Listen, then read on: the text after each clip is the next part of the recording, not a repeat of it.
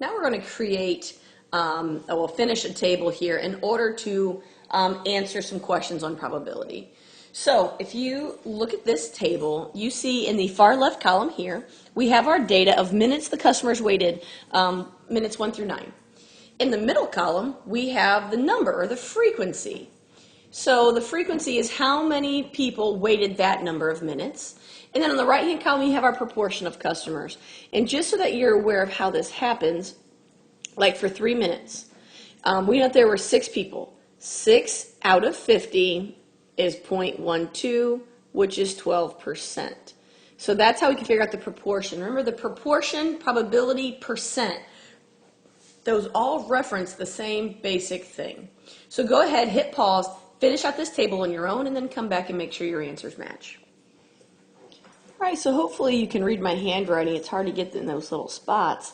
But we're going to use this third column, well, second and third column, to answer the questions following. So hopefully you have these written down so you can access them easily, because I am not going to flip back and forth to these numbers as I have them written down.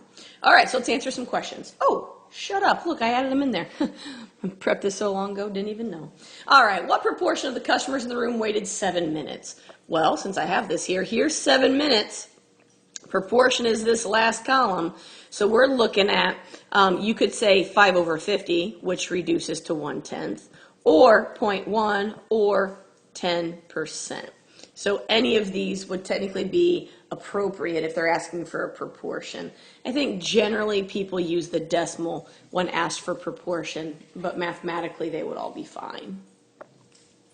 If you select one of the customers probably waited 4 minutes, well, here's 4 minutes, so I'm looking here, so that's 0.18, or 18%, or 9 over 50. But really, do I have to write all 3 of them every time? I don't think so. What if somebody waited 1 or 2 minutes? Well, here's 1 or 2, so that's 1 minute. Here's 2 minutes, so 1 or 2, or implies addition, so we would add those together, also 8%. What about somebody who waited less than 10 minutes? Well, less than 10 minutes is, 1 through 9, which is all these. All of them is everything. That's 100%. You definitely are going to find somebody who waited less than 10 minutes because that's everybody in your sample.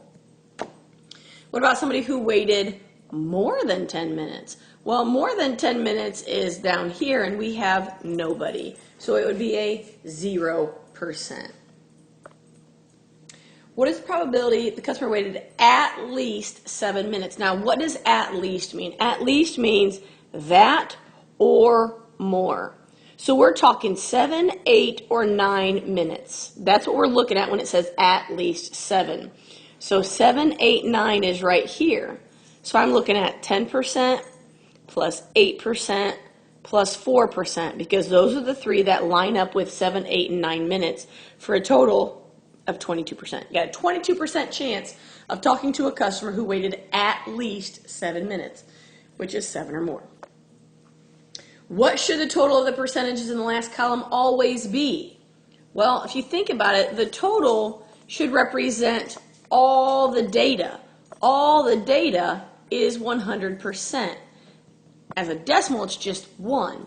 But because it's all, it's going to be 100%. Now, in this particular example, we didn't have to round, so it was nice. If you get to an example where you have to round, it might not be exactly 100%. You might get like 99.9 or 100.1. That's okay because of rounding, but you should be right at around 100%. And that's our first video of probability with data.